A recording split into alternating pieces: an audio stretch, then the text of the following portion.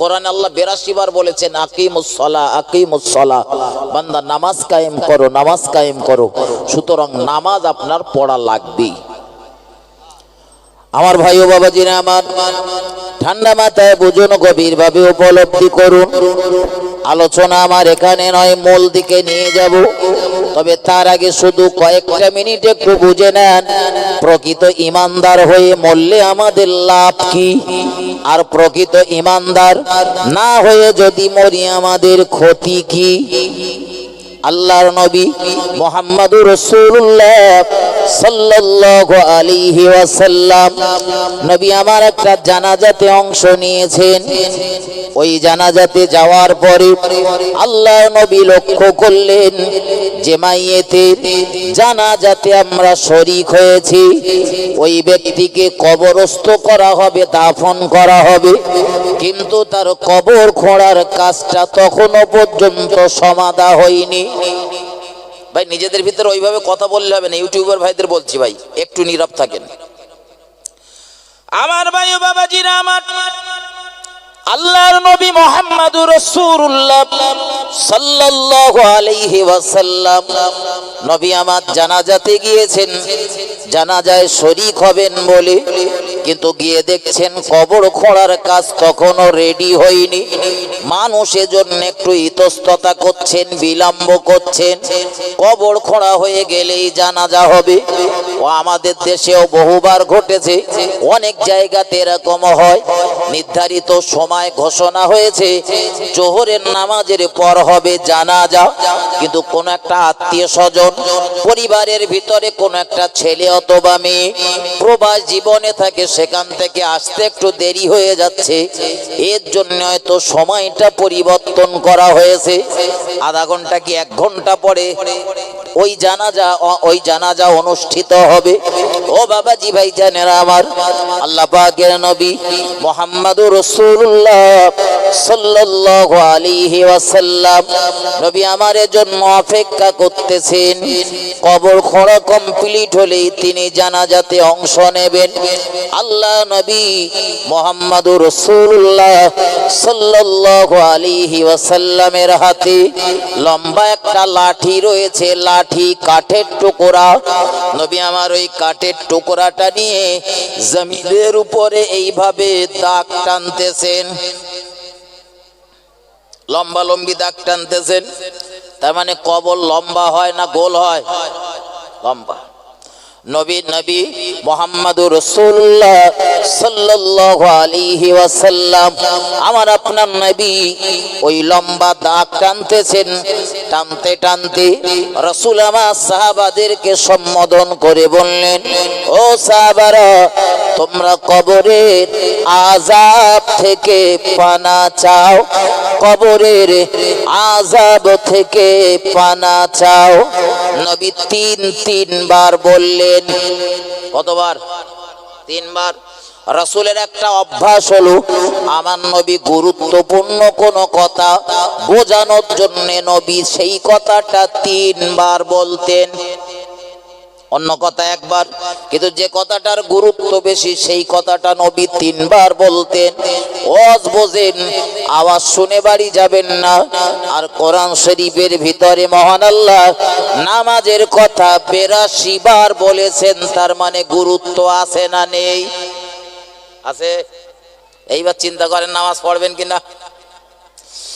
আমার ভাই বাবাজিরা আমার, বিশ্ব নবী সাহাবাদেরকে সম্বোধন করে বললেন, আমার সাহাবারা, আমরা যখন কোন মাইয়েতকে দাফন করি, তাকে কবরস্থ করি, তাকে দাফনের কাজ সমাধা করে যখন আমরা ফিরে আসি, আমাদের পায়ের শব্দ তখনও কবরবাসী শুনতে পায়। এমন একটা সময়ে কবরের ভিতরে 2 জন ফারিস্তার আগমন হয়। ওই 2 জন ফারিস্তার ডিউটি হলো, কাজ হলো কবরবাসীর ভিতরে ওই মুর্দা ব্যক্তির ভিতরে রূহ ফুঁকে দেওয়া, তাকে জিন্দা করা।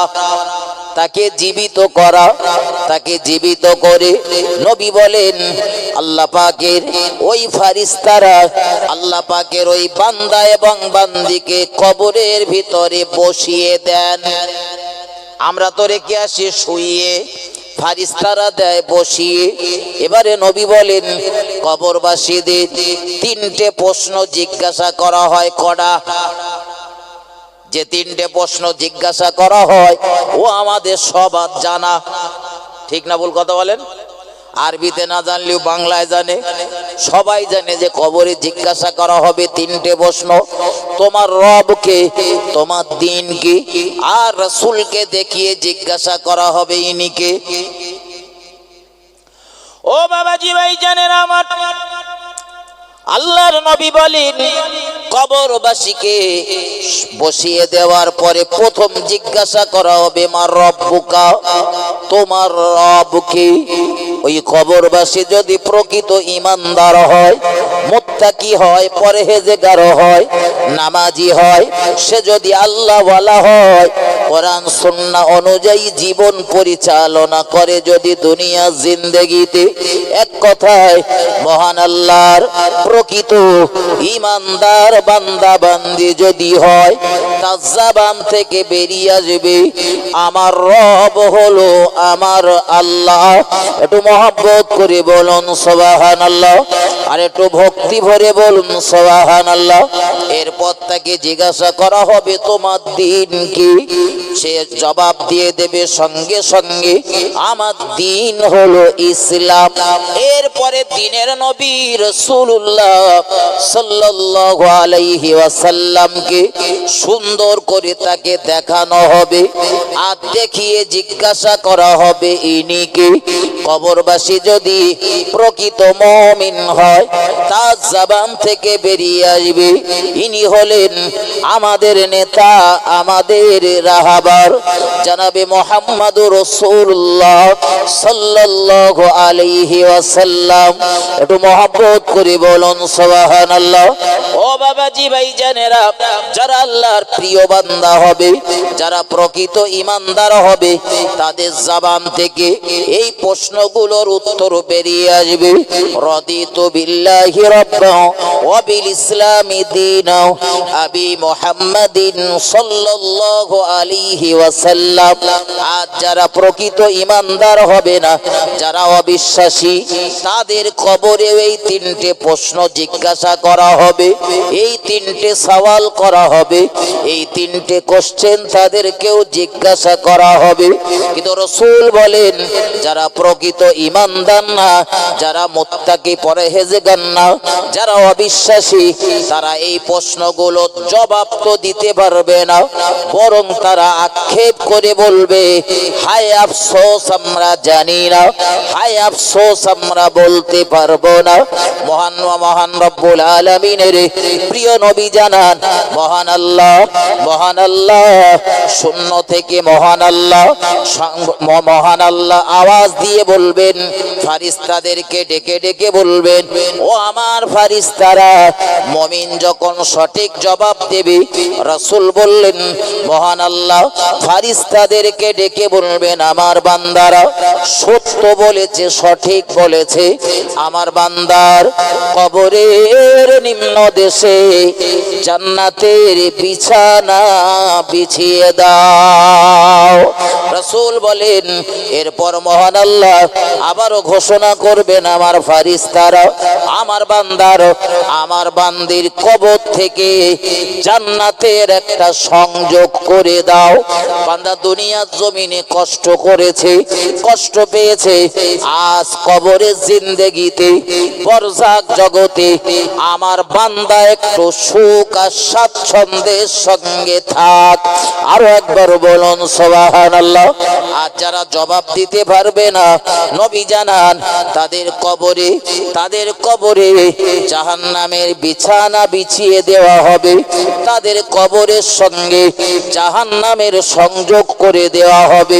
ও বাবাজি ভাই জানেন আমার, আমি আপনাদের বোঝাতে চাইছিলাম প্রকৃত ঈমানদার হলে লাভ কি, আর প্রকৃত ঈমানদার না হয়ে মরলে ক্ষতিটা কি। প্রকৃত ঈমানদার হয়ে যদি মরে, কবরের ওই তিনটি প্রশ্নের জবাব আপনি দিতে পারবেন, যে প্রশ্নগুলো আজ থেকে ১৫০০ বছরের কাছাকাছি ১৪০০ বছরেরও বেশি সময় হয়ে গেল মুহাম্মদুর রাসূলুল্লাহ উম্মতের কাছে বলে গিয়েছেন, প্রশ্নপত্র আউট করে দিয়েছেন কবরের প্রশ্নগুলো। এমনি আমার দেশের ছাত্রছাত্রীদের পরীক্ষার আগে যদি প্রশ্নপত্র আউট হয়ে যায় তো দেখা যায় ওই ছাত্রছাত্রীদের রেজাল্ট ভালো হয়। কিন্তু মুহাম্মদুর রাসূলুল্লাহ আজ থেকে ১৪০০ বছর আগে প্রশ্ন আউট করে দিয়েছেন কবরের প্রশ্নগুলো। তারপরেও ওই প্রশ্নগুলো সঠিক জবাব দুনিয়া সব মুসলমানেরা দিতে পারবে না। ঠিক না ভুল কথা বলেন ভাই? এইবারে আলোচনায় ঢোকেন, যা এতক্ষণ হাগাছেল্লা করিছি এইবার চলে বুঝে নেন। রাসূল করিম সাল্লাল্লাহু আলাইহি ওয়াসাল্লাম প্রকৃত ঈমানদার হলে তাদের কবরের পরিবেশ কি হবে ওটা রাসূল বলে দিয়েছেন। পাশাপাশি নবী এটাও বলেছেন, কবর হলো পরকালের প্রথম ঘাঁটি, কবর হলো পরকালের প্রথম চেকপোস্ট, কবর হলো পরকালের প্রথম স্টেশন। এই স্টেশন দিয়েই পরকালের জিন্দেগিতে আমাদের প্রত্যেকেরই প্রবেশ করা লাগবে। কবর যদি কারোর সঙ্গে ভালো ব্যবহার করে, কবর যদি কারোর সঙ্গে সুন্দর আচরণ করে, তো তার গোটা পরকালের জিন্দেগিটা সফলতায় ভরপুর হয়ে যাবে। আরো একবার বলুন সুবহানাল্লাহ। আর কবর যদি কারোর সঙ্গে খারাপ আচরণ করে তো দেখা যাবে এই কচি রে, এই পাশে কেউ বাজার দেয়। আমার ভাই একটু আমার দিকে ধ্যান দেন, কমিটির ভাইদেরকে বলবে এই পিছনে বাচ্চাগুলোর তাড়ান এখান থেকে। আমার ভাই, আর কবর যদি কারোর সঙ্গে খারাপ আচরণ করে তো রাসূল বলেছেন তার গোটা পরকালীন জিন্দেগিটা অত্যন্ত কষ্টদায়ক হয়ে যাবে। আমার ভাই আলোচনা মাথায় নেন, এই কবরে যদি ভালোভাবে থাকতে চান, সুখ আর স্বাচ্ছন্দ্যের সঙ্গে যদি থাকতে চান, তার রাসূলের আদর্শ অনুযায়ী, কোরআন সুন্নাহ অনুযায়ী আমাদের জীবন পরিচালনা করতে হবে। কবরে যদি ভালো থাকার প্রয়োজন হয় নামাজ পড়া লাগবে না লাগবে না? একটু কথা বলেন ভাই। কবরে ভালো থাকতে গেলে দুনিয়ার জমিনে নামাজ পড়া লাগবে। কিন্তু আমার দেশে কিছু মানুষ রয়েছে নামাজ পড়ার কথা বললি তাদের বলেন রাগ হয়। কিছু ছেলেপিলে রয়েছে নামাজ পড়ার কথা বললি বলে হুজুর নামাজ পড়ার সময় হোক তারপরে পড়বা। আচ্ছা, নামাজ পড়ার সময় কি মানুষ মরে যাওয়ার পরে না আগে? হ্যাঁ, ওদের যা চিন্তা ভাবনা মনে হয় মরে যাওয়ার পরে বোধ হয়। প্রাপ্তবয়স্ক হয়ে গেলেই তো ওর জন্যে নামাজ জরুরি। আর আমার দেশের যা পরিবেশ পরিস্থিতি 12-13 বছর হয়ে গেলেই নামাজ ফরজ। এখনো ও 30 বছর বয়স হয়ে গেছে, এখনো বাহানা টেনতেছে, এখনো বাহানা দেখাচ্ছে আর বলতেছে আগে হুজুর নামাজ পড়ার সময় হোক তারপরে পড়বানি। তুমি তাই পড়ো কোনি শোনা। তবে এই আগেই বলেছি না, একটা অক্ত যদি কাজা করেন 80 হোক বা জাহান্নাম ভোগ করা লাগবে। বাড়ি গিয়ে বসে একটা খাতা কলমলে হিসাব করবেন যে দৈনন্দিন জীবনে যারা 5 ওয়াক্ত কাজা করে কতদিন থাকা লাগবে, ওইটা একটু হিসেব কষে নেবেন। আমার ভাই ও বাবাজিরা আমার, আল্লাহর ভয় যাদের ভিতরে রয়েছে, যারা প্রকৃত ঈমানদার, দুনিয়া জমিনে যারা প্রকৃত ঈমানদার, তাদের জীবনের দিকে দেখলে দেখা যাবে তারা কখনোই ইচ্ছাকৃত নামাজ কাজা করবে না। কারণ তারা মুহাম্মদুর রাসূলুল্লাহ সাল্লাল্লাহু আলাইহি ওয়াসাল্লামের জীবন আদর্শ ফলো করবে। নবীর জীবন আদর্শ দিয়ে নিজের জীবনটা তারা পরিচালনা করবে। আর কোরআন শরীফের ভিতরে মহান আল্লাহ জানিয়েছেন, লাকাদ কানা লাকুম ফি রাসূলিল্লাহি উসওয়াতুন হাসানা। জগৎবাসী, তোমাদের জন্য রয়েছে আমার রাসূলের মাঝে উত্তম আদর্শ। একটু মহব্বত করে বলুন সুবহানাল্লাহ, আরো জোরে বলুন সুবহানাল্লাহ। ও বাবাজি ভাইজানেরা আমার, আল্লাহ পাকের নবী মুহাম্মাদুর রাসূলুল্লাহ সাল্লাল্লাহু আলাইহি ওয়াসাল্লামের জীবনে কোনো গুনাহ নেই, কোনো ভুল নেই, কোনো অন্যায় নেই, কোনো ত্রুটি নেই। আমার নবী জাহান্নামে যাবে না, বরং মুহাম্মাদুর রাসূলুল্লাহ জান্নাতে না গেলে দুনিয়ার কোন নবী রাসূলেরাও জান্নাতে যেতে পারবে না। ও বাবাজি ভাইজানেরা আমার, সেই নবীর জীবনের দিকে তাকিয়ে দেখুন, কখনোই নবী ইচ্ছাকৃত নামাজ কাজা করিনি। আমি আগেই বলেছি বন্ধু, নামাজ পড়তে বলবো না, আপনাদের চিন্তা নেই, তবে নামাজের গুরুত্বটা বোঝেন। আমরা যারা হেলায় হেলায় পার করি, গুরুত্বটা বুঝেলেন। আপনি ধরেন কোন অত্যাচারী শাসকের কবলে পড়েছেন, আপনার বন্দি করে নিয়ে চলে যাওয়া হয়েছে, আপনার হাত দুটো এইভাবে শিকল দিয়ে বাঁধা, পা দুটো আপনার শিকল দিয়ে বাঁধা, নামাজের রক্ত হয়ে গিয়েছে। এমত অবস্থাতে আপনি ওযু করবেন, পানির কোনো ব্যবস্থা নেই, পানি চেয়েছেন, পানি আপনাকে দেওয়া হয়নি, তায়াম্মুম করবেন, পবিত্র মাটিও আপনি পাচ্ছেন না বা দেওয়া হচ্ছে না। এরকম পরিবেশে আমাদের নামাজ ছাড় না পড়া লাগবে। কথা বলেন, কথা বলেন। হাত দুটো বাঁধা, পা দুটো বাঁধা, ধরেন গাছের সাথে কায়দা করে বেঁধে রেখে দিয়েছে, নামাজের অক্ত হয়ে গেছে, তখনও নামাজ ছাড়নি। আচ্ছা, নামাজ কি খুব সহজ বিষয় বলে মনে হচ্ছে নাকি? বলেন দিন, কি পরিবেশের সাথে আপনি রয়েছেন বলেন? হাত দুটো বাঁধা, পা দুটো বাঁধা, একটা খুঁটিতে বা গাছে খুব কায়দা করে আপনার বেঁধে রেখে দিয়েছে, এরকম পরিবেশেও নামাজ ছাড়নি।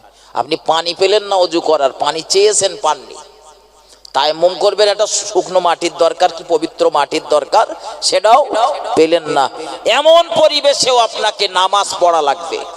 যদি বলেন হুজুর কি করে পড়বো, জানা লাগবে না লাগবে না? হ্যাঁ লাগবে, লাগবে, হ্যাঁ জেনে যান।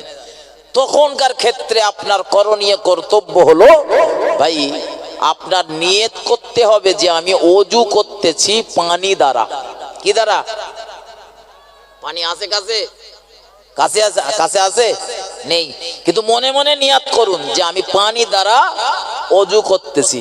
ঠিক ওযু করতে গেলে যা যা করতে হয় নিয়ত করুন। আমি পানির দ্বারা হাত ধুচ্ছি, কুলি করছি, নাকে পানি দিচ্ছি, মুখমণ্ডল ধৌত করতেছি, কোনই পর্যন্ত ধুচ্ছি, মাসাহ করছি, পা ধুচ্ছি। নিয়ত করুন শুধু মনে মনে যে পানির দ্বারা এগুলো আমি করছি। এরপর ওযু যখন আপনার সমাধা হয়ে যাবে, আপনি দাঁড়িয়ে রয়েছেন, বসতে পাচ্ছেন না, আপনি মাজা কোমর দোলাতে পাচ্ছেন না, নাড়াতে পাচ্ছেন না, ওই অবস্থায় যদি কেবলামুখ হওয়া যায় তো আপনি কেবলার দিকে ফিরে, আল্লাহর কাবার দিকে ফিরে ওই দাঁড়ানো অবস্থাতে ইশারা ইঙ্গিতে হলেও নামাজ আদায় করুন। বোঝা গেল? হ্যাঁ, আর আমরা নামাজটারে মনে করেছি কচির হাতের পিঠে পিঠে, ইচ্ছা হচ্ছে তো পড়তেছি, না হচ্ছে তা না পড়তেছি। আমার ভাই ও বাবাজিরা আমার, এগিয়ে চলুন, আরো একটু সামনের দিকে এগিয়ে চলুন। আল্লাহ পাকের নবী জনাবে মুহাম্মদুর রাসূলুল্লাহ সাল্লাল্লাহু আলাইহি ওয়াসাল্লাম, নবী আমার উম্মতে মুহাম্মাদি দিগকে আমাদেরকে কত সুন্দর শিক্ষা দিয়ে গিয়েছেন, মাথায় নেন। আল্লাহ পাকের নবীর জীবনে রাসূল পৃথিবীর জমিনে হায়াতে ছিলেন 63 বছর 6 মাস, কিছু কম বেশি। আমার নবীর জীবনের শেষ 23 বছরটা হলো নবুয়তি জিন্দেগি। মহান আল্লাহ দ্বীনের প্রচার প্রসার করার দায়িত্ব নবীর স্কন্ধের উপরে চাপিয়েছিলেন। আমার নবীর বয়স তখন 40 বছর। রাসূল কলেমার দাওয়াত দিয়েছেন দুর্বার গতিতে। আল্লাহর নবী দুনিয়া থেকে বিদায় নেবেন, চলে যাবেন একদম রাসূলের জীবনের শেষ লগ্নে। আর কটা দিন রাসূল দুনিয়াতে থাকবেন, কিন্তু নবীর জীবনের ওই শেষ লগ্নে দেখা গেল আল্লাহ পাকের নবী বড় অসুস্থতার ভিতরে রয়েছেন। আমার দিকে ধ্যান দেন। অসুস্থ হয় কি জন্যে? পাপের জন্য নাকি বলেন? মানুষ পাপ করলি অসুস্থ হয় নাকি? আর কথা বলে না। হ্যাঁ, চুপ রয়েছেন মানে কি? হ্যাঁ, চুপ রয়েছেন মানে হ্যাঁ। চুপ থাকা মানে হ্যাঁ বলা, চুপ থাকা মানে বলো না না, চুপ থাকা মানে হ্যাঁ বলা। যদি বলেন হয়তো দলিল, হ্যাঁ দলিল নেন, দলিল দিচ্ছি। হানাফি মাযহাবের ফিকর মসলা হলো, আপনি কোনো মেয়ের বিবাহ পড়াতে গেছেন, কুমারী মেয়ের, তো গিয়ে দেখছেন যে দুজন উকিল, এই দুজন সাক্ষী আর একজন উকিল রয়েছে। উকিল বিয়ে পড়াচ্ছে, অমুকের অমুক এত টাকা দেন মোহরে তোমার বিবাহ করতে এসেছে, তুমি কি এই বিবাহে সম্মত আছো? আমি সার সংক্ষেপে বললাম, যার যেমন ভাষা গুণ সে সেইভাবে বলে। এখন হানাফি মাযহাবের ফিকর মসলা বলতেছি, মেয়েটা যদি, কুমারী মেয়েটা যদি কিচ্ছু না বলে চুপচাপ থাকে, অথবা মিসকি হাসে, অথবা আওয়াজ ব্যতীত কাঁদে, অপশন তিনটে মাথায় রাখেন, হয় চুপচাপ, নইলে আওয়াজ ছাড়া কাঁদা, অথবা মিসকি হাসা। হানাফি মাযহাবের ফিকর মসলা হলো ওই মেয়েটার বিবাহ সহি হয়ে গেল, শুদ্ধ হয়ে গেল। একটু মহব্বত করে বলুন, একটু আওয়াজ দিয়ে বলেন। মেয়েটা চুপচাপ রয়েছে, বলো মেয়েটা কি রয়েছে? আর কথা বলেন, একটু কথা বলেন আমার সাথে। কথা বললে পাপ হবে? পাপ হবে না, আমার কথাগুলো দীর্ঘদিন আপনার ব্রেনে থাকবে ইনশাল্লাহ। হানাফি মাযহাবের ফিকর মসলা হলো, কুমারী মেয়েটা যদি এই সংবাদ দেওয়ার পরে দুজন সাক্ষীর উপস্থিতিতে চুপ থেকে যায়, অথবা মিসকি হাসে, অথবা আওয়াজ ছাড়া কাঁদে, তো তার বিবাহ কমপ্লিট। এইবারে যদি সে বলে আলহামদুলিল্লাহ আমি কবুল করিলাম, ওটা অতিরিক্ত পাওনা। ওটা কি পাওনা? অতিরিক্ত। হ্যাঁ আমার ভাই, কিন্তু আমার দেশের কিছু মানুষ রয়েছে মাল কাঁচা মেরে দাঁড়িয়ে থাকে। কি কাঁচা মেরে? মাল কাঁচা মেরে দাঁড়িয়ে থাকে, যতক্ষণ কবুল না বলবে ততক্ষণ ওখান থেকে নড়বে না। আসলে সে খবরই রাখে না, তো যে খবরই নেই। ওই শুনে আসতে হয়, বাধ্য, একদম শুনতেই হবে। কাদের ক্ষেত্রে? যে মেয়েগুলোর একবার বিবাহ হয়েছে, তালাক প্রাপ্ত, স্বামী মারা গেছে, দ্বিতীয়বার বিবাহের ক্ষেত্রে বসেছে, বিবাহের পিঁড়িতে বসেছে, এমন মেয়ে মিসকি হাসলেও হবে না, আওয়াজ ব্যতীত কাঁদলেও চলবে না, চুপচাপ থাকলেও হবে না। এর মুখ থেকে শুনে আসা লাগে ও যেন বলে আলহামদুলিল্লাহ আমি কবুল করিলাম। মশলা এক জায়গায় রান্না চালাই, বলেন বলেন, সব জায়গায় চালাই, সব জায়গায়। আমার আলোচনায় অসুবিধা হলে বলবেন, আমি ঘুরিয়ে দেবো, কোনো ব্যাপার নেই, চলেন।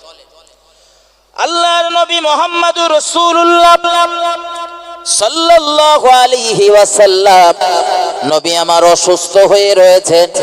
আর আমার দেশের একদল মানুষ মনে করে পাপ করলেই মনে হয় মানুষ অসুস্থ হয়। তাই যদি হয়, আমি আগে বলেছি আমার নবীর জীবনে কোনো পাপ নেই, অন্যায় নেই, আমার নবী কেন অসুস্থ হলো? জি জি জি, শুধু পাপ করলেই মানুষ অসুস্থ হয় না, বরং মাঝে মধ্যে মহান আল্লাহ তার প্রিয় বান্দাদের একটু বিপদ মুসিবতের ভিতরে ফেলে চেক করে দেখেন, দেখি বান্দা আমার নিকটবর্তী হয় না আরো দূরে সরে যায়। কখনো পাপের কারণে, আর কখনো মহান আল্লাহ তার বান্দা বান্দীদের পরীক্ষা করেন। ও বাবাজি ভাই জানেন, আমার নবী এতটা অসুস্থতার ভিতরে রয়েছে, নবী আমার কখনো জ্ঞান হারিয়ে ফেলছেন, তো কখনো নবী জ্ঞান ফিরে পাচ্ছেন। সেই যে একজন ইহুদি মহিলা খাদ্যের সঙ্গে বিষ প্রয়োগ করেছিল আমার নবীকে, সেই বিষের যন্ত্রণা, সেই বিষের ক্রিয়া আজ রাসূলের ভিতরে দেখা দিয়েছে। ও বাবাজি ভাইজানেরা, আমার দিকে ধ্যান দেন, ঠান্ডা মাথায় বোঝেন। ইহুদি জাতটা খুব ভয়ঙ্কর একটা জাতের, নাম হলো ইহুদি। আজকে ফিলিস্তিন আর ইসরায়েলের সংগ্রাম চলছে। ইসরায়েল হলো ইহুদি, ফিলিস্তিন হলো মুসলমান। এই যে দুটো দেশের, দুটো রাষ্ট্রের সংগ্রাম চলতেছে, এই ইহুদিদের ইতিহাস শুনলে আপনি অবাক হয়ে যাবেন। এরাই তো দুনিয়ার জমিনে ৭০,০০০ নবী রাসূলকে মার্ডার করেছিল। কতটা বলেছি? 70,000 মুখস্থ করে নেন, কাজে লাগবে। এই ইহুদিরা আমাদের নবী, আমাদের নেতা জনাবে মুহাম্মদুর রাসূলুল্লাহ সাল্লাল্লাহু আলাইহি ওয়াসাল্লামকে 82 বার মার্ডার করতে এসেছে। কতবার? 82 বার। যদি মনে না থাকে মনে রাখবেন, ওই কোরআন শরীফের নামাজের কথা যে কবার আছে, ওরা সেই কবার রাসূলের মার্ডার করতে এসেছিল। আল্লাহর নবী আজ প্রচন্ড অসুস্থতার ভিতরে রয়েছেন। নবী আমার ভালোভাবে মাথা উঁচু করতে পাচ্ছেন না, এত কষ্টে রয়েছেন। আলোচনা মাথায় নেন, একদম যদি বেহুশ হয়ে থাকতো তো নামাজ ছাড়, একদম যদি অজ্ঞান হয়ে থাকতো নামাজ ছাড়। কিন্তু নবী কখনো অজ্ঞান, কখনো সজ্ঞান, হুঁশ হারাচ্ছে আবার ফিরে পাচ্ছে। আল্লাহর নবী মুহাম্মদুর রাসূলুল্লাহ এমত অবস্থাতে লক্ষ্য করলেন মসজিদুন নববীর মুয়াজ্জিন হযরত বেলাল রাদিয়াল্লাহু তাআলা তিনি আজান দিয়েছেন মসজিদুন নববীতে। এই হযরত বেলাল হলো ইসলামের ইতিহাসে মুসলমানদের প্রথম মুয়াজ্জিন। একটু মহব্বত করে বলুন সুবহানাল্লাহ, আর একটু ভক্তি ভরে বলুন সুবহানাল্লাহ। আমার ভাই জানেন, লোকটা দেখতে কালো, কুৎসিত কদাকার, চেহারা অয়বব দেখতে ভালো না, গলার স্বরটাও ভালো না, কর্কশ টাইপের গলার আওয়াজ। আবার তার জবানটা ছিল তোতলা, স্পষ্ট কথা বলতে পারত না। কিন্তু এই মানুষটির মুখের আওয়াজ ছিল মহান আল্লাহর শাহী দরবারে মকবুল। একটু মহব্বত করে বলুন সুবহানাল্লাহ, আর একটু ভক্তি ভরে বলুন সুবহানাল্লাহ। আল্লাহ পাকের নবী মুহাম্মদুর রাসূলুল্লাহ সাল্লাল্লাহু আলাইহি ওয়াসাল্লাম যে মসজিদে ইমামতি করেন, ওই মসজিদটির নাম হলো মসজিদুন নববী। একদম আমার নবীর বাড়ি আর মসজিদুন নববী পাশাপাশি। রাসূল মদিনাতে হিজরত করার পরে এই মসজিদের জায়গাটা প্রিয় নবী কিনেছিলেন 10 দিরহামের বিনিময়ে। আমার ভাই বাবাজিরা আমার, এই মসজিদে আজান হয়ে গেল, আজ ঠান্ডা মাথায় বেড়ে নেন, আজান হয়ে গিয়েছে, মুয়াজ্জিনের ডিউটি পালন করেছে। মুসল্লি যারা, তারা নামাজ আদায় করার জন্য মসজিদের ভিতরে দলে দলে এসে হাজির হয়েছে। কারণ আমি আগেই বলেছি, জামাতে নামাজ পড়লে 27 গুণ মর্যাদা বেশি। এই জন্য মর্যাদা বেশি নেওয়ার জন্য জামাতে হাজির। খুব গভীরভাবে আমার দিকে ধ্যান দেন। মুয়াজ্জিনের ডিউটি পালন হয়েছে, মুসল্লিরাও মুসল্লিদের ডিউটি পালন করতে গিয়েছে। এবারে ডিউটি হলো ইমাম সাহেবের, তিনি নামাজ পড়াবেন। আর মসজিদের ইমাম হলো তামাম দুনিয়া সর্বশ্রেষ্ঠ মহামানব মুহাম্মদুর রাসূলুল্লাহ সাল্লাল্লাহু আলাইহি ওয়াসাল্লাম হলেন ওই মসজিদের ইমাম। আরো একবার বলুন সুবহানাল্লাহ। আমার ভাই ও বাবাজিরা আমার, নবী আমার মসজিদে তখনও পর্যন্ত পৌঁছাতে পারিনি। সাহাবারা গিয়ে হাজির হয়েছেন, নামাজের নির্দিষ্ট সময় হয়ে গিয়েছে, জামাত খাড়া হবে। এমত অবস্থাতে দেখা গেল জামাতের নির্দিষ্ট সময় হয়ে গিয়েছে, কিন্তু মুহাম্মদুর রাসূলুল্লাহ সাল্লাল্লাহু আলাইহি ওয়াসাল্লাম তখনও পর্যন্ত মসজিদের ভিতরে আগমন করিনি, মসজিদের ভিতরে প্রবেশ করিনি। ও বাবাজি ভাইজানেরা, আল্লাহর নবী মুহাম্মদুর রাসূলুল্লাহ সাল্লাল্লাহু আলাইহি ওয়াসাল্লাম নবী আমার মসজিদে নামাজ পড়াবেন। তামাম দুনিয়ার শ্রেষ্ঠ ইমাম। মুসল্লিরা কত সৌভাগ্যবান, দুনিয়ার শ্রেষ্ঠ মুয়াজ্জিনের আজান শুনে তারা মসজিদে আসতো, আর দুনিয়ার শ্রেষ্ঠ ইমামের পিছনে তারা নামাজ আদায় করত। এজন্য তো কবি আক্ষেপ করে লিখেছেন, জন্ম আমার নবীর যুগে হলে কেমন হতো, জন্ম আমার নবীর যুগে হলে কেমন হতো, দুনয়নে রাসূল পাক দেখিলে কেমন হতো, জন্ম আমার নবীর যুগে হলে কেমন হতো। আসতো ভেসে হযরতে বেলালের মধুর আযান, যে জানে ছিল এমন প্রেম মুগ্ধ রহমান, দয়ার নবীর পিছে নামাজ পড়লে কেমন হতো, দয়ার নবীর পিছে নামাজ পড়লে কেমন হতো। আল্লাহুম্মা সাল্লি আলা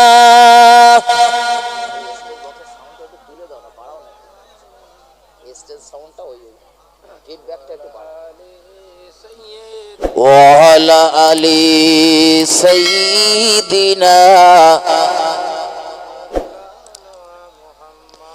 আমার ভাইজানেরা ঠান্ডা মাথায় বুঝুন, মুহাম্মাদুর রাসূলুল্লাহ সাল্লাল্লাহু আলাইহি ওয়াসাল্লাম নবী আমার তখনও পর্যন্ত মসজিদে এসে উপস্থিত হয়নি, অথচ নামাজের জামাতের সময় হয়ে গিয়েছে।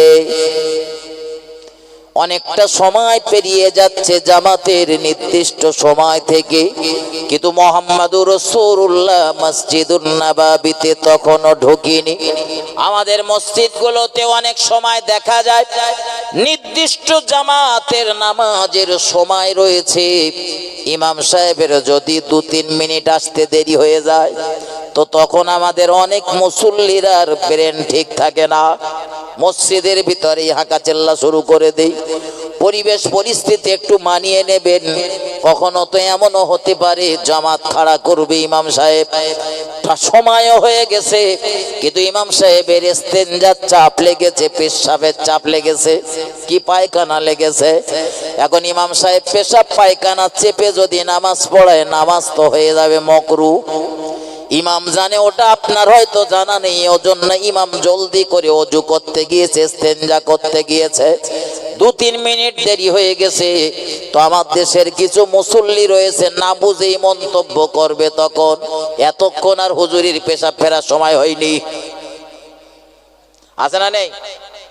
যা মাইনে আমরা হুজুরকে দেই, ইমাম সাহেবকে যা মাইনে দেই, আর যে পরিমাণে কথা বলি, কথা শুনে মনে হয় ইমাম সাহেবের মাইনে দেয় চাচা মনে হয় 1.5 কোটি টাকা। দেওয়ার সময় 2,500, 3,000, 5,000, 6,000, দুটাটা মসজিদে দেখেছি 10,000, 12,000ও আছে। মুসল্লি আমি পেছনে নামাজ পড়তে যাচ্ছি ইমাম সাহেবের, মানে ইমাম সাহেব যদি মসজিদের ওই নামাজের মসল্লায় দাঁড়িয়ে দাঁড়িয়ে চিন্তা করে এরা 2,500 টাকা মাইনে দেয়, তা সারা মাস চালাবো কি করে। এক্ষুনি তো গিন্নি ফোন করালো, আমার দুলা ভাই আর বোন এসেছে, মসজিদ থেকে বার হলি 1,000 টাকার বাজার করতে হবে, তো সারা মাস চলবে কি করে, নামাজ হচ্ছে তো? হ্যাঁ, মাস্টারের মাইনে বেড়েছে, দেখেননি মাস্টারের মাইনে কেন প্রশাসন সরকার বাহাদুর বাড়িয়ে দিয়েছে? তার একটাই মাত্র কারণ, স্কুলে এসে শিক্ষা দেওয়ার ক্ষেত্রে ছাত্র ছাত্রীদের সামনে শিক্ষা দেওয়ার ক্ষেত্রে যেন তার ভিতরে কৃপণতা বা অমনোযোগী না আসে, যে আমার সংসারটা চালাবো কিভাবে এই চিন্তা যেন না ঢোকে, তাই ওদের মাইনে বাড়ানো, খোলা মনে যেন শিক্ষার্থীদের শিক্ষাদান করতে পারে। আমার ভাই, আপনার মসজিদের ইমামের আমি মাইনে বাড়াতে বলছি না, আমি যেটা বলতে চাচ্ছি ইমাম সাহেবের আপনারা কি দেবেন না দেবেন একটা আলোচনা করলেছেন, আপনারা যেটা দিচ্ছেন তাতে ইমাম সাহেব যখন খুশি আলহামদুলিল্লাহ, আমার ওখানে সমস্যা না। আমার সমস্যাটা হলো আমরা সব থেকে বেশি সমালোচনা করি দেখবেন ইমাম সাহেবের, পান থেকে চুন খসতে দেয়নি, অথচ ওর পেছনে বলো নামাজ পড়বো, ওর পেছনে নামাজ পড়বো, নামাজ পড়ে এসে আমাদের তখন আর পছন্দ হয় না। আমার ভাই বাবাজিরা, আমার রাসূলের সাহাবাদের থেকে শিক্ষা নেন। মুহাম্মদুর রাসূলুল্লাহ সাল্লাল্লাহু আলাইহি ওয়াসাল্লামের সঙ্গে তারা কেমন আচরণ করত। মসজিদুন নববীতে আমার নবীর আসতে দেরি হচ্ছে। রাসূলের একজন সাহাবা জিজ্ঞাসা করলেন, পাশের একজন সাহাবাকে জিজ্ঞাসা করলেন, ও ভাই রাসূলের সাহাবা মুহাম্মদুর রাসূলুল্লাহ সাল্লাল্লাহু আলাইহি ওয়াসাল্লাম আমার নবী কেন এখন মসজিদে এলো না? নামাজের তো সময় হয়ে গিয়েছে, জামাতের সময় হয়ে গিয়েছে, কিন্তু এখনো কেন রাসূল মসজিদে আসেনি? পাশ থেকে সাহাবা জবাব দিয়েছেন, ও প্রিয় রাসূলের প্রিয় সাহাবা, আমার নবী বড় কষ্টের ভিতরে রয়েছেন, নবী বড় অসুস্থতার ভিতরে রয়েছেন। আল্লাহর নবী এত অসুস্থ হয়ে রয়েছেন, মসজিদে আসতে পাচ্ছেন না। নবী একটু সুস্থতা লাভ করলেই তিনি মসজিদে আসবেন, আর আমাদের নামাজের জামাতের ইমামতি তিনি করবেন। ও বাবাজি ভাই জানেন কি সুন্দর তাদের ব্যবহার। এই মসজিদুন নববীর পাশে আমার নবীর হুজরা, মসজিদে যা কথাবার্তা চলতেছে তার কিছু কথাবার্তা হয়তো নবীর হুজরায় যাচ্ছে। হঠাৎ দেখা গেল নামাজের সময় অনেকটা সময় পেরিয়ে গিয়েছে। হযরত আবু বকর রাদিয়াল্লাহু তাআলা আমার রাসূলুল্লাহর একজন প্রিয় সাহাবা, তিনি আস্তে করে ঠেলে উঠেছেন, ও নবীর সাহাবারা, আমরা জামাতের সঙ্গে নামাজ আদায় করার জন্য মসজিদে এসেছি, ফায়দা বেশি নেব বলে, কিন্তু দয়ার নবী রাসূলুল্লাহ এখনো পর্যন্ত মসজিদে এলো না। নবী যদি আর একটু সময় মসজিদে না আসেন, আজকের আমাদের এই নামাজ কাজা হয়ে যাবে। কাজা এসেছি ফায়দা বেশি নেব বলে, কিন্তু নামাজ যদি কাজা হয়ে যায়, এক ওয়াক্ত নামাজ ইচ্ছাকৃত কাজা হলে ৮০ হোক বা জাহান্নামে থাকতে হবে। কি সুন্দর আলোচনা হচ্ছে। আমাদের ইমাম সাহেব আসতে দেরি হলি তখন বলে আমাদের ইমাম সাহেবের তেল হয়ে গেছে, ইমাম পাল্টা। মসজিদুন নববীর ভাষা বোঝেন, আর আমাদের দেশের মসজিদগুলোর মুসল্লিদের মুখের ভাষার ভিতরে কতটা পার্থক্য বুঝে নেন। কেন নবী বলেছেন নামাজ সাহাবারা হলো আসমানের নক্ষত্র সমূহ, তোমরা যার খুশি তার অনুসরণ করো, তোমাদের গন্তব্য স্থলটা দেখতে পাবে মহান আল্লাহর দয়ার জান্নাতে। হযরত আবু বকর যখন বলতেছিলেন, ও রাসূলের সাহাবারা, আর একটু যদি আমরা দেরি করে ফেলি, নবী যদি আর একটু সময় মসজিদে না আসেন, আমাদের আজকের এই নামাজ কাজা হয়ে যাবে। আমার ভাই ও বাবাজিরা আমার নবীর ওয়াক্ত সম্পর্কে, নামাজের সময় সম্পর্কে জ্ঞান আছে না নেই? কথা বলেন। আবু বকরের শিখিয়েছে কেডা? আবু বকরের শিখিয়েছে তো নবী। হযরত মুহাম্মদুর রাসূলুল্লাহ তখনও মসজিদে আসেনি, কিন্তু আবু বকরের মুখের এই ভাষা শুনে মসজিদুন নববীর ভিতরেই বসে রয়েছেন আমার রাসূলুল্লাহর আরেকজন প্রিয় সাহাবা হযরত ওমর ফারুক রাদিয়াল্লাহু তাআলা। আমার নবীর এই সাহাবাটার মোটে রাগ নেই। নবীর এই সাহাবাটার রাগ আছে? ওমরের রাগ নেই? নবী যে ওমর সম্পর্কে বলেছেন, রাসূল যে ওমর সম্পর্কে বলেছেন যে আমার ওমর যে পথ দিয়ে যায়, 40 দিন পর্যন্ত ইবলিস শয়তান ও পথে যাওয়া আসা করে না। ইবলিস পর্যন্ত যারে ভয় করে তার রাগ আছে কিনা বোঝেন? এই যে আজকে ফিলিস্তিনের মসজিদুল আকসা, যেটা নিয়ে মুসলমানদের সঙ্গে আর ইহুদিদের দ্বন্দ্ব লেগেছে, একটা দিন দেখা গিয়েছিল এই মসজিদুল আকসাটাকে জেরুজালেমের মানুষেরা হযরত ওমরের নাম শোনার পরে হযরত ওমরকে ডাক দিয়ে বলেছিলেন, ও হযরতে ওমর, আপনাদের সঙ্গে আমরা কোন রকমের ঝগড়া ঝামেলা অশান্তি চাই না, কোন যুদ্ধ বিগ্রহ করব না, আপনারাও আমাদের উপরে আক্রমণ করবেন না, আর আমরাও আপনাদের উপরে কোনো আক্রমণ করব না। আমাদের এই টোটাল দেশের রাজত্ব আপনার উপরে ন্যস্ত করলাম, আর মসজিদুল আকসা চাবি আপনার হাতে তুলে দিলাম। মুসলমানদের জন্য এই মসজিদুল আকসা স্বাধীন করে দিলাম। যে হযরত ওমর ফারুক রাদিয়াল্লাহু তাআলা আনহুর হাতে বিনা রক্তপাতে বিনা সংগ্রামে জেরুজালেমের বাইতুল মুকাদ্দাস তুলে দেওয়া হয়েছিল। অনেকে মন্তব্য করে আর বলে, হুজুর ফিলিস্তিনে যুদ্ধ হচ্ছে, তাও তাতে আমার তাতে কি? আপনারা মাইকে উঠোই সব বলেন কেন? আমি তো আপনার যেতে বলছি না ফিলিস্তিনে যুদ্ধ করতে।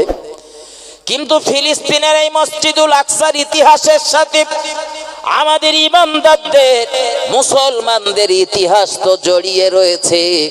এই মসজিদুল আকসা হলো সেই আকসা, বিশ্ব নবী আর তার সাহাবারা 16-17 মাস ধরে এদিকেই ফিরে নামাজ আদায় করেছিলেন। একটু মহব্বত করে বলুন সুবহানাল্লাহ। মাথায় ঢুকিয়ে নেন ইমানদারেরা, এই মসজিদুল আকসা হলো মুসলমানদের প্রথম কিবলা, আমাদের প্রথম কিবলা। এখন আমরা নামাজ পড়ি কাবার দিকে ফিরে, কিন্তু রাসূল আর রাসূলের সাহাবারা এই মসজিদুল আকসার দিকে ফিরে নামাজ আদায় করতেন। 16-17 মাস এইভাবে নামাজ আদায় করার পরে আল্লাহ পাক কিবলা পরিবর্তন করে দিলেন। কিবলা হয়ে গেল পৃথিবীর মাঝখানের ওই ঘরটা, আল্লাহর ঘর কাবা বাইতুল্লাহ। ও বাবাজি ভাই জানেন, এই মসজিদুল আকসার সাথে ইতিহাস জড়িয়ে রয়েছে। হযরত নবী ইব্রাহিম আলাইহিস সালামের এই মসজিদুল আকসার সঙ্গে ইতিহাস জড়িয়ে রয়েছে হযরত নবী সুলাইমান আলাইহিস সালামের। আলেমদের মুখে তো আপনারা শুনেছেন, এই মসজিদুল আকসা নির্মাণ করতে গিয়ে হযরত নবী সুলাইমান আলাইহিস সালাম একটা কাঁচের ঘরের ভিতরে তিনি অবস্থান করছিলেন, লক্ষ্য করছিলেন জিনেরা আর যে সমস্ত মিস্ত্রিরা কাজ করছে, মানুষ আর জিন মিলে তারা ফাঁকি দিচ্ছে কিনা। হযরত নবী সুলাইমান ওই কাঁচের ঘরের ভিতরে ঢুকেছে, তখনও মসজিদুল আকসা টোটালটা কমপ্লিট হয়নি। এমন একটা সময় দেখা গেল আজরাইলের আগমন হয়ে গেল, আর হযরত নবী সুলাইমান আলাইহিস সালামের রূহটা সিজ করে নেওয়া হলো। ইন্না লিল্লাহি ওয়া ইন্না ইলাইহি রাজিউন। হযরত নবী সুলাইমান আলাইহিস সালাম ইন্তেকাল করার পরে, মারা যাবার পরে, পর্দা নেবার পরেও এই কাঁচের ঘরের ভিতরে একটা লাঠির উপরে ভর দিয়ে দাঁড়িয়েছিলেন 22 বছর। একটু মহব্বত করে বলুন সুবহানাল্লাহ, আর একটু ভক্তি ভরে বলুন সুবহানাল্লাহ। ও বাবাজি ভাই জানেন, এই মসজিদুল আকসা প্রিয় নবী মুহাম্মদুর রাসূলুল্লাহ সাল্লাল্লাহু আলাইহি ওয়াসাল্লাম মিরাজের রজনীতে দুনিয়ার तमाम নবীদিগকে সঙ্গে নিয়ে 2 রাকাত নামাজ আদায় করেছিলেন। একটু মহব্বত করে বলুন সুবহানাল্লাহ। ও বাবাজি ভাই জানেন, আলোচনা এখানে নয়, পরে যদি সময় পাই আমি আসতেছি আপনাদের শোনাচ্ছি এই ফিলিস্তিনের প্রতি, ফিলিস্তিনের সঙ্গে মুসলমানদের কত ইতিহাস জড়িয়ে রয়েছে। তার আগে বুঝে নেন বন্ধু, হযরত ওমর ফারুক টুক করে উঠেছেন মসজিদুন নববীর ভিতরে। এটা মুসলমানদের দ্বিতীয় মসজিদ। মসজিদুন নববীটা হলো মুসলমানদের দ্বিতীয় মসজিদ, আর মুসলমানদের প্রথম মসজিদটির নাম হলো মসজিদুল কুবা। এটাও মদিনায়, ওটাও মদিনায়। দুটো মসজিদ মুহাম্মদুর রাসূলুল্লাহ সাল্লাল্লাহু আলাইহি ওয়াসাল্লামের হাতে ভিত দেওয়া। আল্লাহর নবী মুহাম্মাদুর রাসূলুল্লাহ সাল্লাল্লাহু আলাইহি ওয়াসাল্লাম নবী আমার তখনও মসজিদে এসে পৌঁছায়নি। হযরত ওমর উঠে দাঁড়িয়েছেন আর হযরত আবু বকরের হাতটা এইভাবে ধরেছেন। ভাই আবু বকর, আপনি হলেন আমার রাসূলুল্লাহর গোটা জীবনের সঙ্গী, আপনি হলেন আমার রাসূলুল্লাহর গোটা জীবনের সাথী। আমার রাসূলুল্লাহ আপনার সঙ্গে অনেক আলাপ আলোচনা, অনেক সলা পরামর্শ করে। এমন কিছু গুরুত্বপূর্ণ কথা রয়েছে নবী কারোর সঙ্গে না বললেও তোমার সঙ্গে বলে। নবী আজ মসজিদে এসে পৌঁছায়নি, তাই দায়িত্ব আমি ওমর তোমার ঘাড়ি চাপিয়ে দিচ্ছি। আজ মসজিদুন নববীর নামাজের ইমামতিটা তুমি করে দাও। একটু মহব্বত করে বলুন সুবহানাল্লাহ, আর একটু ভক্তি ভরে বলুন সুবহানাল্লাহ। রাসূলুল্লাহ সাল্লাল্লাহু আলাইহি ওয়াসাল্লামের সেই বাল্যকাল থেকে আর শেষ বয়স পর্যন্ত আবু বকর ছিল আমার নবীর সাথী। আজ মদিনার মসজিদুন নববীর পাশে মুহাম্মাদুর রাসূলুল্লাহর পাশে হযরত আবু বকর শুয়ে রয়েছে। ইসলামের ইতিহাসে বয়স্কদের ভিতরে সবার আগে যে ব্যক্তিটা কলেমা পড়েছিলেন, সর্বপ্রথম যিনি রাসূলের উপরে ঈমান এনেছিলেন পুরুষদের ভিতরে, ওই ব্যক্তিটার নাম হলো হযরত আবু বকর রাদিয়াল্লাহু তাআলা। হযরত আবু বকরকে যখন সাহাবারা বললেন, হুজুর রাসূল যখন মসজিদে আসেনি, তুমি নামাজটা পড়িয়ে দাও। হযরত আবু বকর মসজিদুন নববীর মেহরাবে দাঁড়িয়েছেন। ইমাম যে জায়গাটায় নামাজ পড়ায় ইমাম সমান মতো জায়গা, ওই জায়গাটার নাম হলো মেহরাব। আর যে জায়গাটায় দাঁড়িয়ে বক্তৃতা করে থাক মতো, ওই জায়গাটার নাম হলো মিম্বার। হযরত আবু বকর মেহরাবে দাঁড়িয়ে গিয়েছেন নামাজ পড়াবেন, কিন্তু তিনি ভাবতেছেন আল্লাহ তামাম দুনিয়ার সর্বশ্রেষ্ঠ মহামানব এই মসজিদুন নববীর পাশের হুজরাতে তিনি রয়েছেন।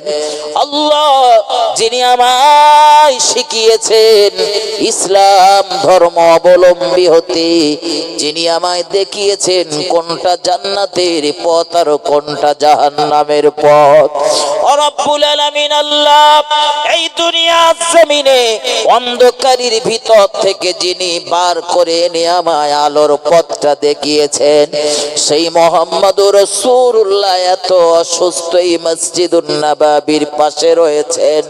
আমার নবী মসজিদে আসতে পাচ্ছেন না, জামাতের নামাজ পড়তে পাচ্ছেন না। আমি নামাজে দাঁড়িয়ে যাব, ইমামতি করব, আর এমন সময় যদি দেখা যায় আমার পিছনে এসে আমার নবী ইক্তেদা করছেন, আমি আবু বকর আমার নবীর সঙ্গে বিয়াদবি করা হবে, কারণ আমার নবী হলো মুরব্বী।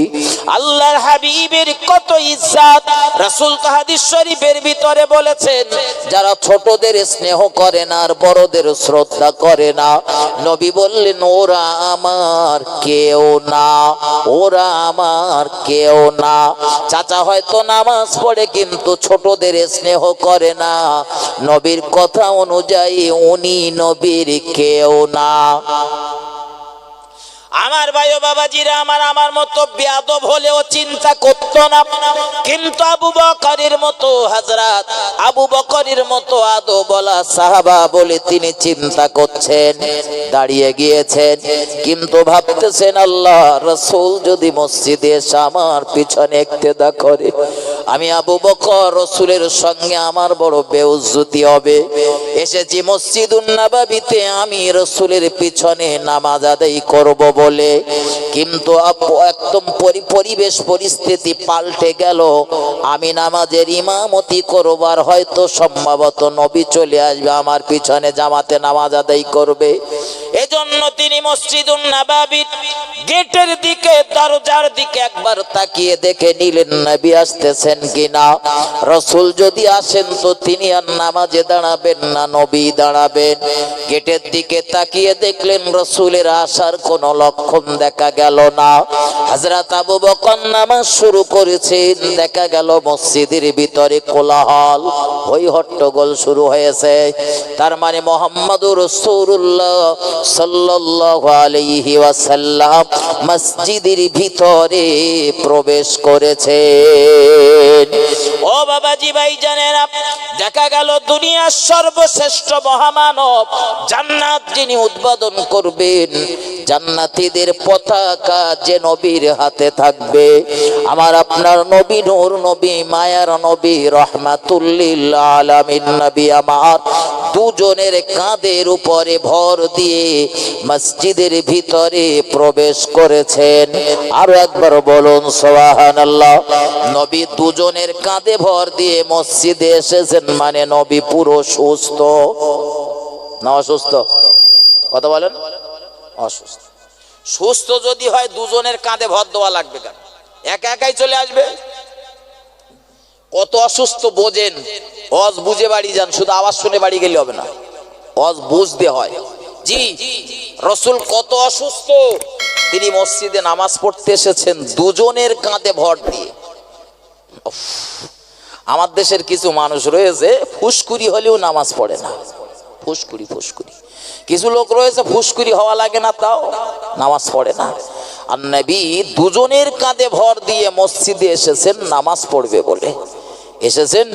তো হযরত আবু বকর ইতস্ততা করতেছেন যে রাসূল যখন এসেছে আমি সরে যাই, নবী ইমামতি করুক, আমি পেছনে ইক্তেদা করি। আমার ভাই এখানে একটা মশলা মাথায় রাখেন, এই যারা একদম ইমাম সাহেবের পিছনে নামাজ পড়ে তারা না নামাজ সম্পর্কে একটু আধা মশলা একটু সুরো কেরাত এগুলো ঠিকঠাক করে রাখবেন, নইলে যে কোনো মুহূর্তে বলো আপনি ফেঁসে যেতে পারেন, একদম যে কোনো মুহূর্তে বেউজ্জুতি হয়ে যেতে পারে। যদি বলেন কিরকম, ইমাম সাহেব নামাজ পড়াচ্ছে, আপনি ইমামের পেছনে দাঁড়িয়েছেন, আর নামাজ পড়তে পড়তে ইমাম সাহেব 1 রাকাত নামাজ পড়িয়েছে কি 2 রাকাত নামাজ পড়িয়েছে, 4 রাকাতের হয়তো নিয়ত করেছে, দেখা গেল ইমাম সাহেবের অজু ভেঙে গেছে, ইমাম সাহেবের অজু নষ্ট হওয়াটা স্বাভাবিক, হয়তো বাই পেরিয়ে গেছে, বাই হয়েছে। এখন অজু নষ্ট হয়ে গেছে, তো ইমাম সাহেব কি বলবে যে ভাই আপনারা সব বসেন বা দাঁড়িয়ে থাকেন, আমি অজু করে আসি তারপর নামাজ পড়াবেন, তাই বলবে না? কি বলেন দিন ইমাম সাহেব, কি বলবে? ইমাম সাহেবের জন্য মশলা হলো ইমাম সাহেব নামাজ ছেড়ে দিয়ে ইমাম সাহেব পিছনে চলে আসবে। কোন জায়গায়?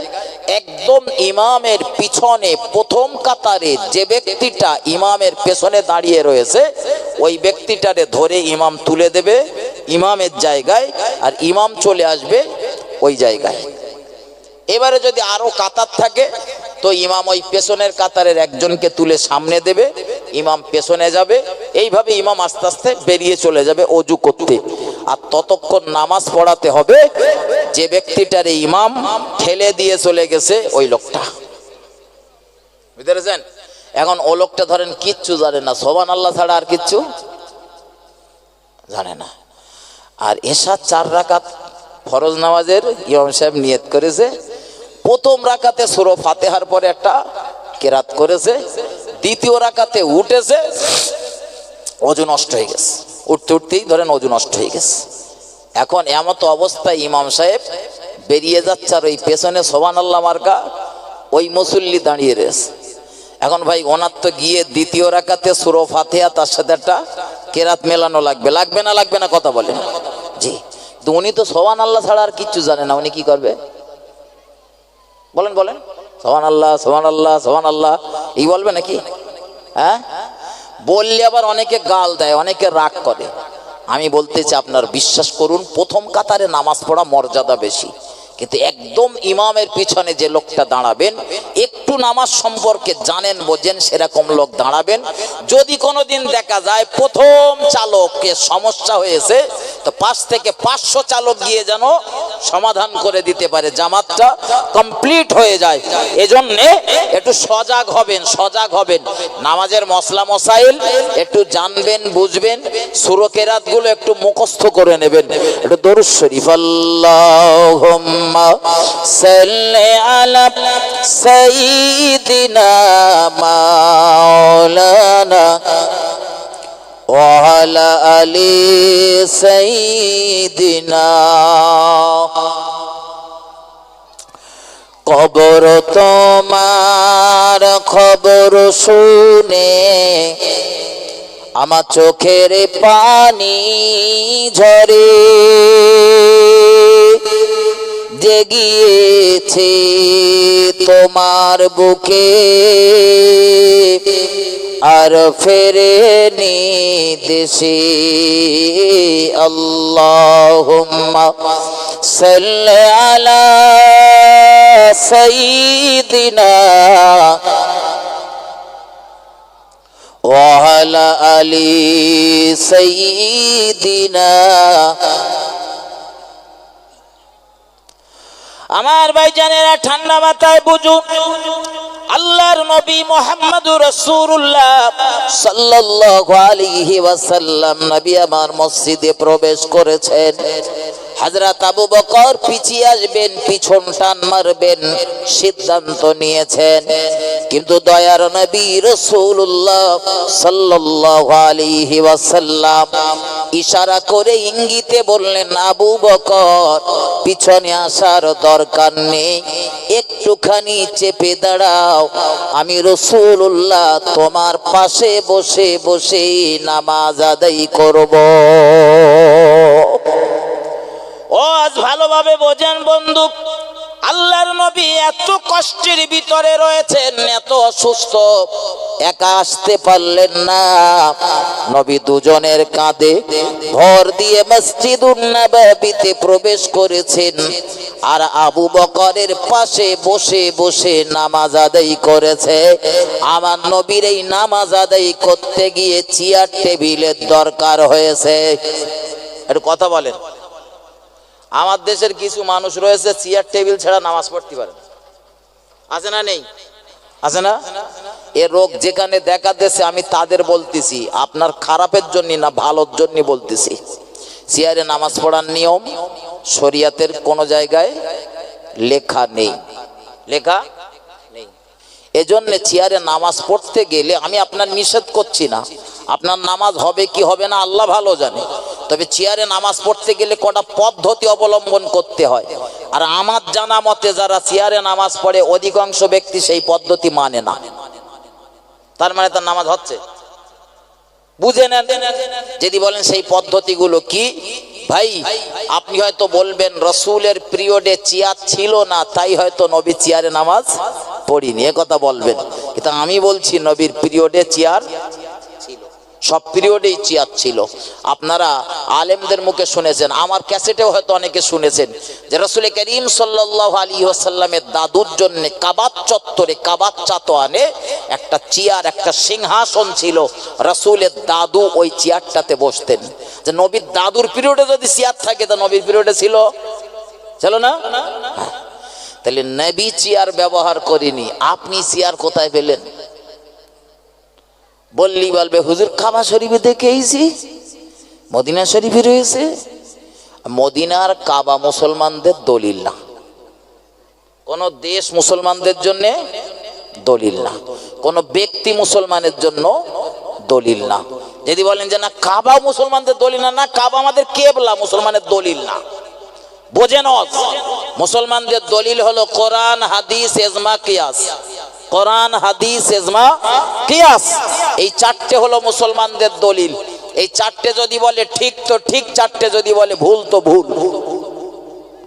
কাবায় কেটা সিয়ারলে নামাজ পড়েছে বলে ওটা মুসলমানের দলিল না। সে হয়তো আপনি চেয়ার দেখেছেন, কিন্তু চেয়ারে নামাজ পড়তে গেলে যে পদ্ধতি অবলম্বন করতে হয় তিনি হয়তো সেই পদ্ধতি অবলম্বন করেছেন, আপনি হয়তো সেই পদ্ধতিটা কি তাই জানেন না। আমি বলে দিচ্ছি, নিয়মটা মাথায় ঢুকিয়ে নেন, আল্লাহ ভালো জানেন। আমাদেরও শারীরিক অসুস্থতা হতে পারে, কখনো যদি চেয়ারে নামাজ পড়ার প্রয়োজন হয় কি করবেন? বলবো না থাকবে, এটা বলে দেবো ভাই।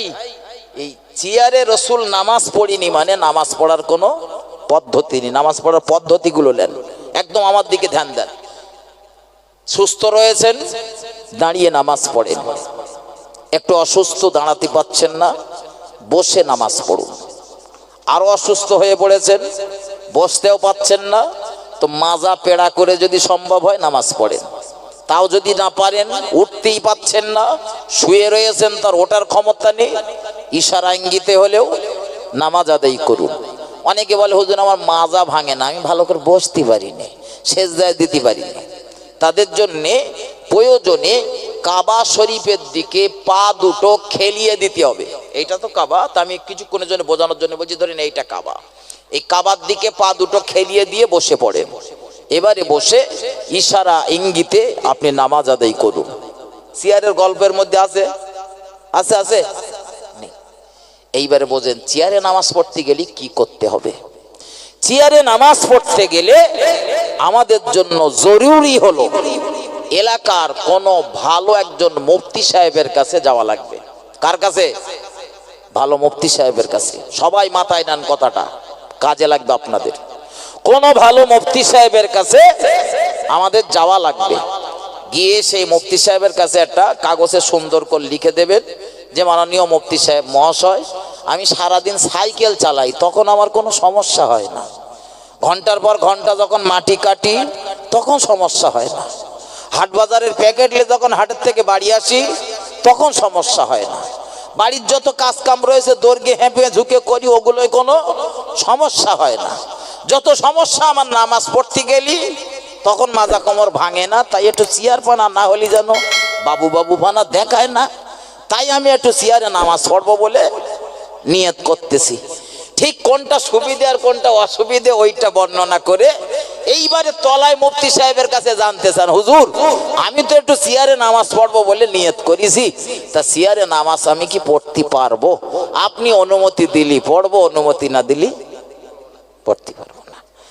মুফতি সাহেব যদি আপনার বায়ান দেখে, টোটাল বায়ানটা দেখার পরে ভালো মন্দ বুঝে মুফতি সাহেব যদি অনুমতি দেয় যে বাবা হ্যাঁ আপনি চেয়ারে নামাজ পড়তে পারবেন, তো পারবেন। আর মুফতি সাহেব যদি বলে যে না আপনার চেয়ারে নামাজ চলবে না, তো আপনার নামাজ চেয়ারে চলবে না। কিন্তু আমার দেশে যারা চেয়ারে নামাজ পড়ে এরা মুফতি সাহেবের কাছে যায় না, নিজেরা মুফতি সাজে। বলেন বলেন, এরা নিজেরাই মুফতি। প্রয়োজনে আপনি চেয়ারে নামাজ পড়বেন না, দাঁড়াতে পারেন, কিন্তু মাজা ভাঙে না। রুকুটাকে যেমন তেমন করে কষ্ট করে করতে পারেন, সেজদায় যেতে পাচ্ছেন না, প্রয়োজনে আপনার সামনে একটা টেবিল রাখেন। কি রাখবেন? দরকার হলে একটা টেবিল রাখেন, তবে মুফতি সাহেবের কাছে অনুমতি নিয়ে একটা টেবিল রাখেন। ও মসজিদে তো আর আপনার জন্য টেবিল রাখা সম্ভব না, বাড়ি পড়বেন ওগুলো। তো রুকু পর্যন্ত করলেন, তারপরে আর যেতে পাচ্ছেন না, তো প্রয়োজনে টেবিলটার উপরে টেবিলটার উপরে সেজদা দেন। তাও যদি সম্ভব না হাতের উপরে সেজদা দেন, পদ্ধতি রয়েছে। ওই জন্য বলেছি মুফতি সাহেবের কাছে যান। মুফতি সাহেবের কাছে গেলি মুফতি সাহেব বলে দেবে আপনার কি করতে হবে। আপনার মতে ইসলাম চলবে না, আপনার মতে চলবে না ইসলাম। ইসলাম যে পদ্ধতিগুলো